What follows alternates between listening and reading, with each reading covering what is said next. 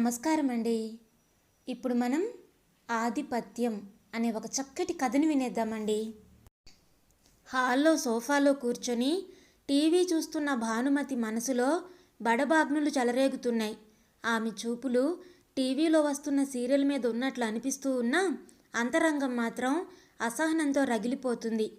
ఆమె ఇంతగా మానసిక కల్లోలానికి గురి కావడానికి కారణం ఆమె ఒక పథకం ప్రకారం రచించుకున్న స్వీయ ప్రణాళిక భగ్నం కావడమే. పుట్టింట్లో తన తల్లి తండ్రి అన్నదమ్ములు మాత్రమే కాదు, వచ్చిన మరదళ్ళు కూడా తన కనుసన్నల్లోనే మసలేవారు. చుట్టాలు పక్కాలు తన సలహా సంప్రదింపులే తీసుకునేవారు. పెళ్ళయ్యాక అత్తామామలు తనకి వ్యతిరేకంగా ఉన్నా కానీ భర్తని మాత్రం తనకిష్టం వచ్చిన రీతిలోనే మలుచుకోవడంలో సఫలీకృతురాలైంది.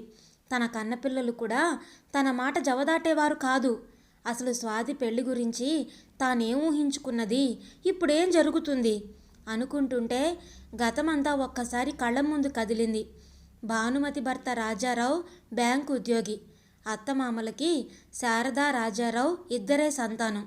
శారదని మేనల్లుడికిచ్చి చేసిన సూర్యకాంతమ్మ తనకి కొడుక్కి నచ్చిన భానుమతినిచ్చి చేసింది. అదేం పాపమో గాని ఏ ముహూర్తాన భానుమతి రాజారావు జీవితంలోకి అడుగు పెట్టిందో గాని ఆనాటి నుండి సూర్యకాంతమ్మకి భానుమతికి మధ్య పచ్చగడ్డి వేస్తే భగ్గుమనేది. పెళ్లికి ముందు ఒకరిలో మరొకరికి నచ్చిన లక్షణాలన్నీ పెళ్ళయ్యాక అవలక్షణాలుగా కనిపించసాగాయి. ఇద్దరు ఎదుటివారి ఆధిక్యతను అంగీకరించని వారే. ఒకరు చేసిన పని మరొకరికి నచ్చేది కాదు. కోడల్ని అదుపులో పెట్టాలని అత్తగారు, అత్తగారి లెక్కేమిటని కోడలు ఉండేవారు. ఇద్దరి మధ్య నలిగిపోయేవారు రాజారావు, ఆనందరావు.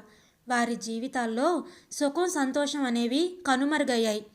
రాజారావు ట్రాన్స్ఫర్ మీద హైదరాబాద్ వెళ్ళిపోవడంతో సూర్యకాంతమ్మ, ఆనందరావు పల్లెటూరులో సొంత ఇంట్లో పెన్షన్తో ఇంటద్దెలతో మెయింటైన్ అయ్యేవారు. ఒక చోటు ఉన్నప్పుడే అంతంత మాత్రంగా ఉండే సంబంధ బాంధవ్యాలు ఇప్పుడు మరీ పల్చబడ్డాయి. తల్లి తండ్రి వృద్ధాప్యంలో ఒంటరిగా ఉండడం రాజారావు మనసుకి ఎంతో బాధగా ఉన్నా మౌనంగా నిస్సహాయంగా ఉండిపోయేవారు. సూర్యకాంతమ్మ కూడా అంత పట్టుదలగానే, మనమేమన్నా వాళ్ళ మోచేతి నీళ్లు తాగుతున్నామా?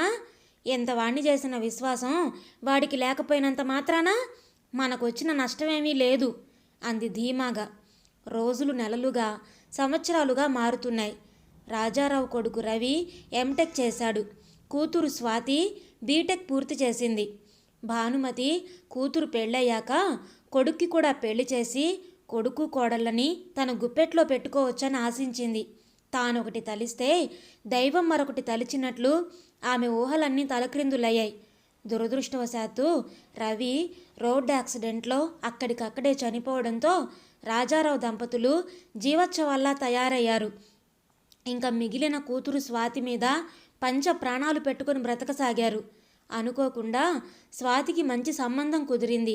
అబ్బాయి కిరణ్ సీఏ చేశాడు. వాళ్ళు కోటీశ్వరులు. కిరణ్ ఒక పెళ్లిలో స్వాతిని చూసి ఆమెనే పెళ్లి చేసుకోవాలని నిశ్చయించుకోవడం, పెద్దవాళ్లతో సంప్రదించి రాజారావుకి మధ్యవర్తితో కబురు పంపించడం జరిగింది. కొడుకు హఠాన్మరణం నుండి అప్పుడే కోలుకుంటున్న భానుమతికి ఈ వార్త చెప్పలేనంత సంబరాన్ని కలిగించింది. తన కూతురు తనకంటే అదృష్టవంతురాలన్నమాట, నా బంగారు తల్లి అని కూతుర్ని చూసుకొని మురిసిపోయింది. అయితే ఆ మురిపం తాత్కాలికమేనని, కేవలం పైపై మెరుగులకే విలువనిచ్చే పెళ్లివారి ఐశ్వర్యం గురించి విన్న భానుమతికి నోట మాట రాలేదు. వాళ్ళకి హైదరాబాద్ మాదాపూర్లో 4 ఫ్లాట్సు, విజయవాడలో 2 మేడలు, బెంగళూరులో 2 ఫ్లాట్సు ఉన్నాయట.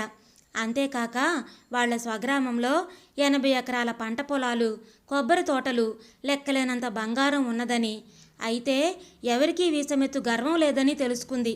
అన్నీ తీపి కబుర్లే వింటున్న భానుమతికి మధ్యవర్తి చెప్పిన చివరి మాటలు మాత్రం మింగుడు పడని చేదు మాత్రలయ్యాయి.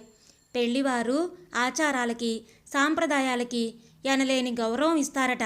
కిరణ్ అన్నగారులిద్దరూ అత్తమామలతో కలిసి కిరణ్ తల్లిదండ్రులు అంతా ఉమ్మడి కుటుంబమేనట. కాబోయే వియ్యంకుడికి తల్లిదండ్రులంటే చెప్పలేని ప్రేమట. వృద్ధులైన వాళ్ళిద్దరినీ చంటి పిల్లల్లా అపురూపంగా చూస్తారట. ఈ మాటలు వింటున్న రాజారావు ముఖం అపరాధం చేసినట్లు మాడిపోయింది. భానుమతి ఒక పక్క భర్త ఫీలింగ్స్ గమనిస్తూ, కొంపదీసి ఏనాడో వదిలేసిన అత్తమామల్ని పిలిపించాలా ఏమిటి అనుకుంది అనుమానంతో. భానుమతి భయాన్ని నిజం చేస్తూ మధ్యవర్తి నవ్వుతూ ఆమె ముఖంలోని భావాలని చదువుతూ అనుకున్నాడు, వీళ్ల గురించి ఏనాడో విన్నాను. రాజారావుకి తల్లిదండ్రులతో సంబంధ బాంధవ్యాలు లేవని, వీళ్ళకి వాళ్ళకి పడదని, ఒక ముక్క పెళ్లివారి చెవిన వేస్తే చాలు ఇటువంటి తల్లి పెంపకంలో పెరిగిన పిల్ల తనింట ఎలా మసలగలదని స్వాతిని తమ ఇంటి కోడలుగా చేసుకోవడానికి ఎంత మాత్రం ఒప్పుకోరు వాళ్ళు. పెద్దవాళ్ళకి ఆచార సాంప్రదాయాలకి అంత విలువనిస్తారు వాళ్ళు. అయినా పెళ్ళిళ్ళు కుదర్చడమే తప్ప చెడగొట్టే స్వభావం కాత్తంది అనుకుంటూ, అమ్మా, ఇంతకీ నేను చెప్పేదేమిటంటే వారబ్బాయి మీ అమ్మాయిని చేసుకోవడానికి ఇష్టపడుతున్నాడని వారి మాటగా నన్ను చెప్పమన్నారు. వారి విషయాలన్నీ మీరు తెలుసుకున్నారు కదా. మీకు సమ్మతం అయితే వాళ్ళంతా పెళ్లి చూపులకు వస్తారట. మరో ముఖ్య విషయం ఏమిటంటే మీ తరపు పెద్దవారు, అత్తమామలు, తల్లి తండ్రి పెళ్లి చూపుల నుండి అమ్మాయిని కాపురానికి పంపించేంత వరకు ఉండాలిట. కట్న కానుకలు ఏమీ వారికి అక్కర్లేదు, పెళ్ళి మాత్రం బాగా చేయాలిట.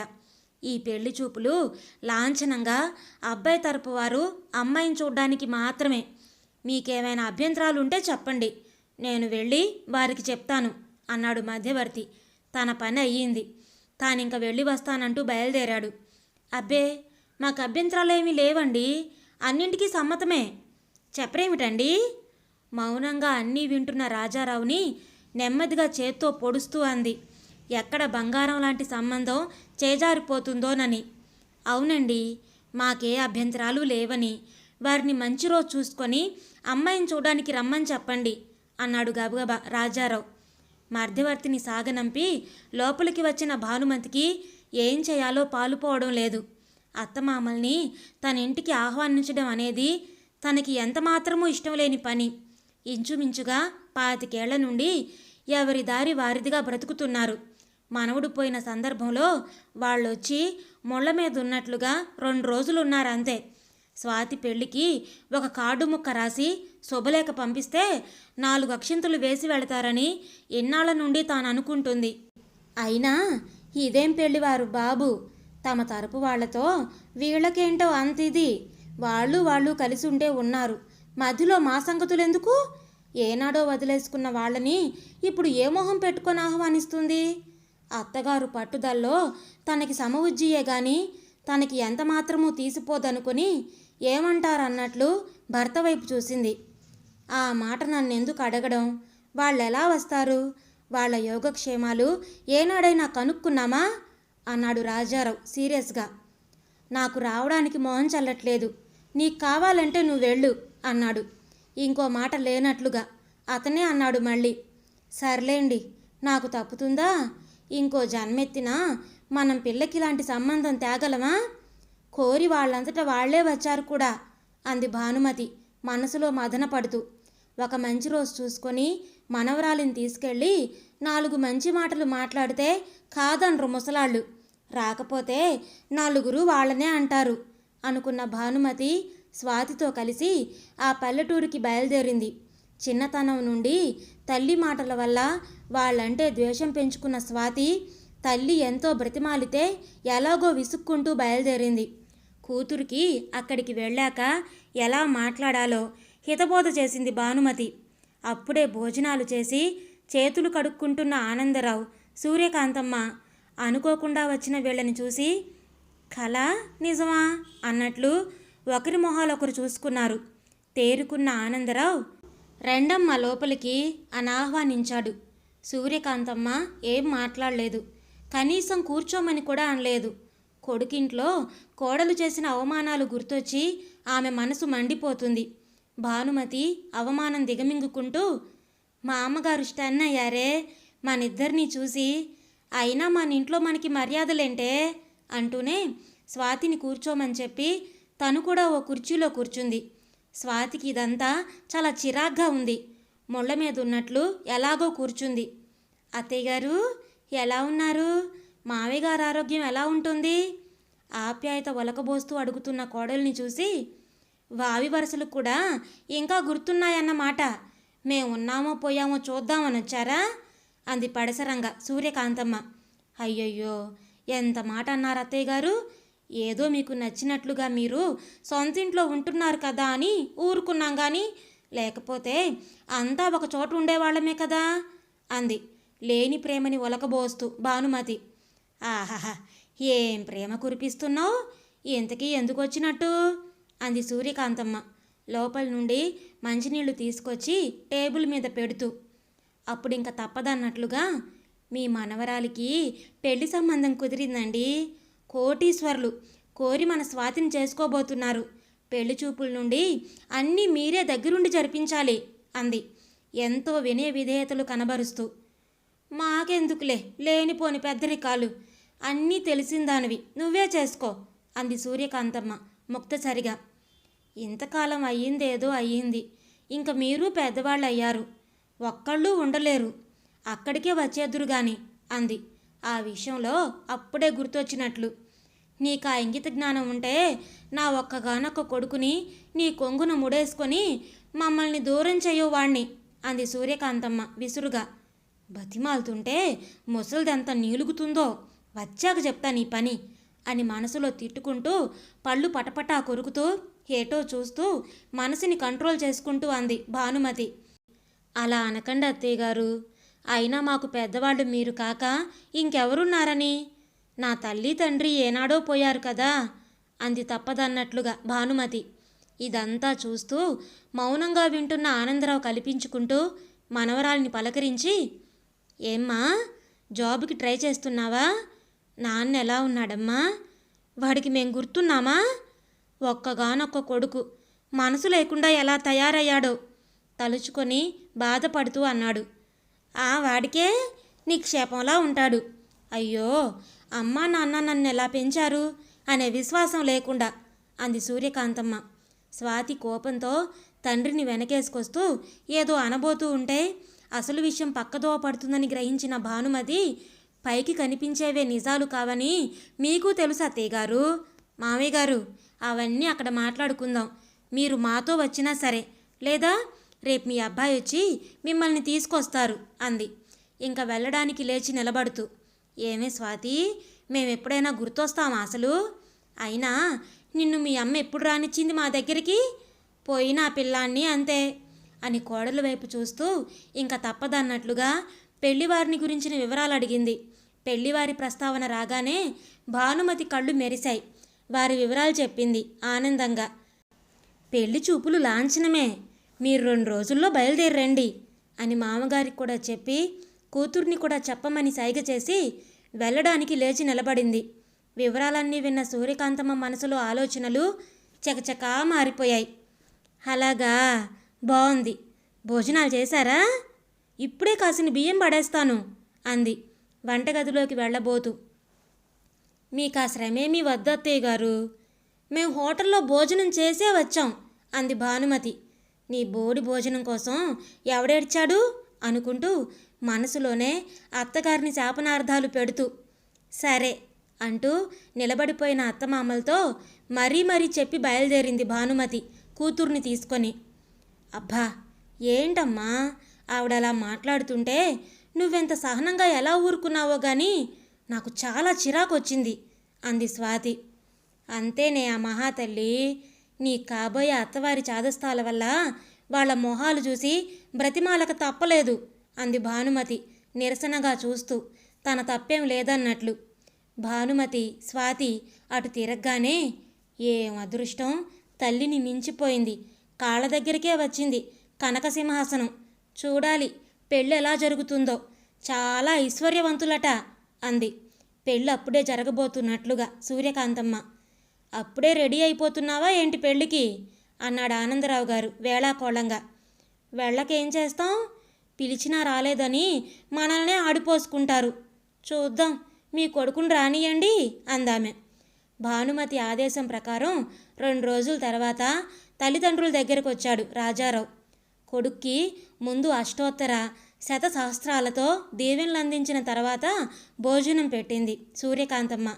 భార్య ఒత్తిడికి తల వంచి తల్లి ధోరణిని భరించలేక తాను వారికి దూరం కావడం జరిగిందనే విషయం చూచాయిగా స్పష్టం చేసిన రాజారావు తల్లిదండ్రుల్ని తీసుకొని హైదరాబాద్ బయలుదేరాడు. అత్తగారిని మామగారిని సాదరంగా ఆహ్వానించి సకల మర్యాదలు చేసింది భానుమతి. కోడలు మారిపోయిందా అని వారు భ్రమపడేటట్లుగా. ఇదంతా చూస్తున్న స్వాతికి ఓ పక్క కోపం, నవ్వు రెండూ వస్తున్నాయి. తల్లి నటించలేక శ్రమ చూసి, మంచి రోజు చూసి పెళ్లి చూపులు నిర్ణయించారు.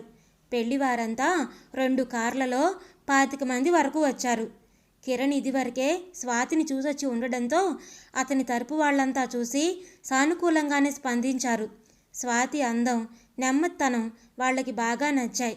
రాజారావు తల్లిదండ్రుల్ని వారికి పరిచయం చేశాడు. కాబోయే వియ్యంకుడు ఆనందరావుని వదలలేదు. తన తండ్రి పట్ల చూపే ఆపేక్ష ఆయన పట్ల కూడా వ్యక్తం చేయడంతో మనుషులంటే మొహం వాచి ఉన్నట్లుగా ఉన్న ఆనందరావులో కొత్త ఉత్సాహం వెల్లివిరిసింది. సూర్యకాంతమ్మని కూడా కాబోయే వియ్యాలవారు ఎంతో గౌరవంతో చూసి అభిమానంగా మాట్లాడడంతో ఆమె ఆనందానికి అవధులు లేవు. కోడలి ముఖంలో మారుతున్న రంగుల్ని ఆమె గమనిస్తూనే ఉంది. భానుమతికి ఇదంతా చూస్తుంటే ఒంటికి కారం రాసుకున్నట్లుగా ఉంది. తమతో సమానంగా ఏమిటి ఇంత ఇదిగా చూస్తున్నారు వీళ్ళు అత్తమామల్ని అనుకుంది అసహనంగా. స్వాతికి కూడా కిరణ్ నచ్చడంతో ఇంక పెళ్లికి గ్రీన్ సిగ్నల్ ఇచ్చినట్లయింది. కాఫీ టిఫిన్లు పూర్తయ్యాక చొరవ తీసుకొని రాజారావు అన్నాడు వియ్యంకుడితో, అక్కయ్య గారు, బావగారు, మీ అభిప్రాయం చెబితే తాంబూలాలకి ముహూర్తం గురించి మాట్లాడుకుందాం అన్నాడు వినయంగా. అలాగే, తప్పకుండా, మేం మా పురోహితుడితో కబురు పంపిస్తాం అన్నారు సూర్యారావు గారు. సాదరంగా వారిని కారు వరకు సాగనంపి వచ్చిన రాజారావు దంపతులు కూతురికి పట్టిన అదృష్టం గురించి మాట్లాడుకొని మురిసిపోయారు. భానుమతికి వచ్చిన వారి ఒంటి నిండా ఉన్న బంగారం, ఖరీదైన పట్టుచీరలు చూస్తే నోట మాట రాలేదు. అంత ఐశ్వర్యం ఉన్నా ఎవరికీ తలబిరుస్తానో లేదు. అంతా కలుపుగోలుగా మాట్లాడారు అనుకుంది మనస్ఫూర్తిగా. ఆనందరావు దంపతులకు కూడా చాలా ఆనందంగా ఉంది ఇదంతా చూస్తుంటే. ఒక మంచి రోజు చూసి తాంబూలాలు నిశ్చయించారు రాజారావు ఇంట్లోనే. భానుమతి హడావిడికి అంతులేదు. ఆ రోజే పెళ్ళన్నట్లుగా కంగారు పడుతుంది.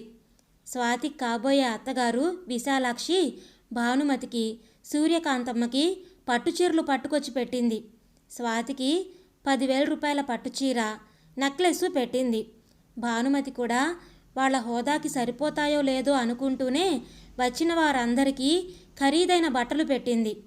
షడ్రసోపేతమైన రుచులతో కులాసా కబుర్లు చెప్పుకుంటూ అందరూ భోజనాలు పూర్తి చేశారు.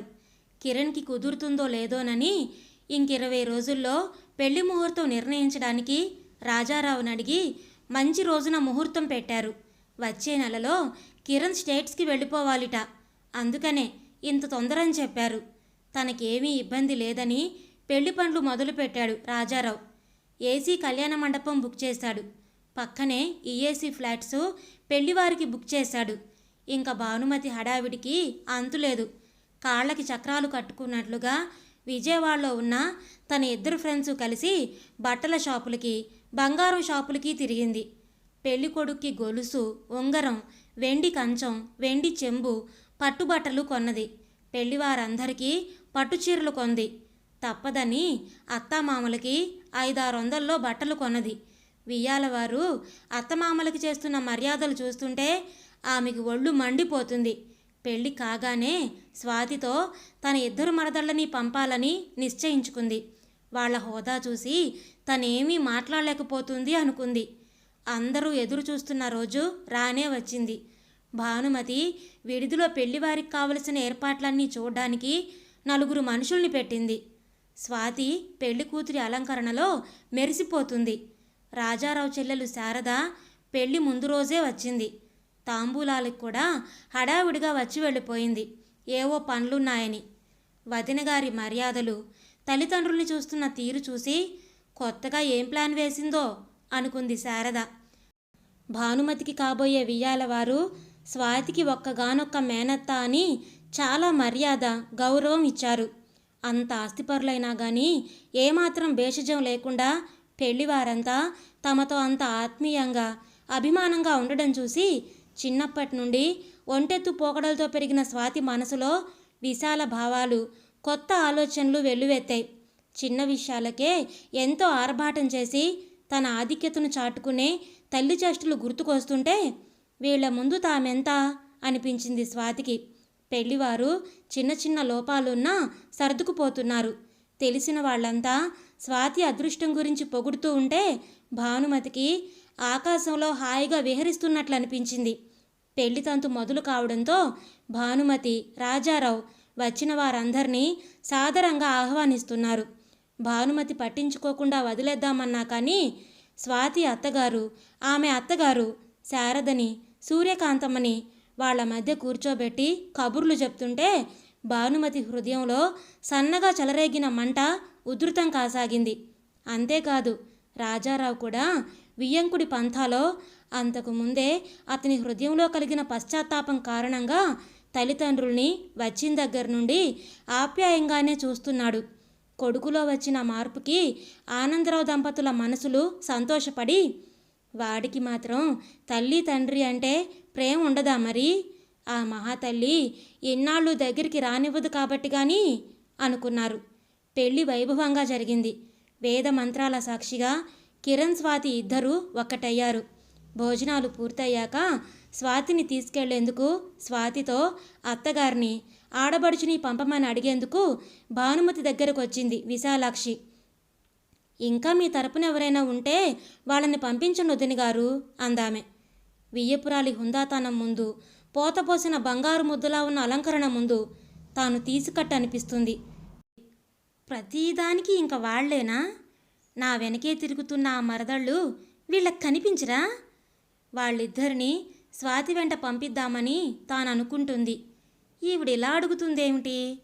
మనసులో ఆగ్రహపడినా కానీ ఆమెని చూస్తే రూపకారి అయిన భానుమతి నోరు పెగల్లేదు. వాళ్ళెందుకు నా మరదళ్ళని పంపిస్తానంటే ఏమనుకుంటారో అని మౌనంగా సరేనంత అలూపింది. వియ్యపురాల్ని పంపిన భానుమతి అలాగే సోఫాలో కూలబడిపోయింది. ఆమె ఉత్సాహమంతా చచ్చిపోయినట్లయింది. ఏమిటి వీళ్ళ ధోరణి? పెద్దవాళ్ళకి గౌరవం ఇవ్వాలనే ఆలోచన తప్ప తమ అభిప్రాయాలేమీ అక్కర్లేదా? ఏదో 4 రోజులుంచి పంపించేద్దాం అనుకుంటే అత్తామామ ఇక్కడే తిష్ట వేసేలా ఉన్నారు. దానికి తోడు వాళ్ళని తీసుకొచ్చిన నాటి నుండి రాజారావు అమ్మా నాన్న అంటూ ఇప్పుడు వియ్యంకుళ్లాగానే తయారయ్యాడు. తనైతే నటిస్తోంది కానీ అతను మనస్ఫూర్తిగానే వాళ్ళ మీద ప్రేమ చూపిస్తున్నట్లు అనిపిస్తుంది. అదే నిజమైతే తన అభిప్రాయాలు ఎవరు పట్టించుకుంటారు? అత్తమామలతో పరుషంగా ప్రవర్తిస్తే అవతల వియ్యాలవారి దృష్టిలో చులకనవుతాం. తానెంతగానో ద్వేషించే అత్తమామల్ని తమతో సమానంగా చూస్తున్నారు. ఇంతకన్నా తనకు అవమానం ఇంకే ఉంటుంది అనుకున్నదామె.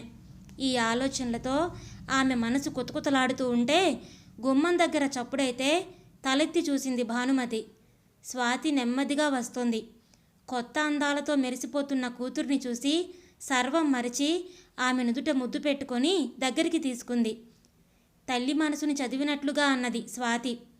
ఎందుకమ్మా అక్కడంతా హడావిడిగా ఉంటే నువ్వు ఒక్కదానివే ఇలా ఒంటరిగా కూర్చున్నావు? నీ చుట్టూ ఎంతోమంది ఉన్నా కానీ నీకు నువ్వు ఒక గిరి గీసుకొని బ్రతికావు ఇంతకాలం. నన్ను కూడా అలాగే పెంచావు. నీకు నేను ఎన్నోసార్లు చెప్పాలని ప్రయత్నించి నా మీద నువ్వు పెంచుకున్న అపురూపమైన ప్రేమతో ఎక్కడ నువ్వు బాధపడతావోనని నువ్వు చెప్పిన ప్రతిదానికి తలాడించాను. ఇన్నేళ్ళొచ్చాక ఇప్పుడు నువ్వు నన్ను విమర్శించేంత దానివయ్యావా అని అనుకోకమ్మా. వీళ్ళందరూ చూడు మనస్ఫూర్తిగా మాట్లాడుతున్నారు, మనస్ఫూర్తిగా నవ్వుతున్నారు. ఎంత సంతోషంగా ఉన్నారో చూడు. పైకి నువ్వు కూడా నవ్వుతూనే ఉన్నా కానీ నిజంగా నువ్వు ఆనందంగా ఉన్నావా? ఒక్కసారి నిన్ను నువ్వు పరిశీలించుకో. మా అమ్మ తాతయ్యల నుండి నాన్నని విడదీసి నువ్వేం సాధించావమ్మా? మా అత్తగారు వాళ్ళంతా మా అమ్మ తాతయ్యలకి ఇస్తున్న ఇంపార్టెన్స్ చూసి నీలో నువ్వు ఎంత ఆగ్రహంతో ఉన్నావో నేను ఊహించగలనమ్మా. కానీ ఒక్క మాట, వాళ్ళు పెద్దవాళ్ళు అయిపోయారు, తప్పులు అందరూ చేస్తారు. మా అమ్మది సాధింపు ధోరణే కాదన్ను. కానీ ఎందుకు అలా ఉన్నదామే? ఒక్కగానొక్క కొడుకు దూరమైన బాధ.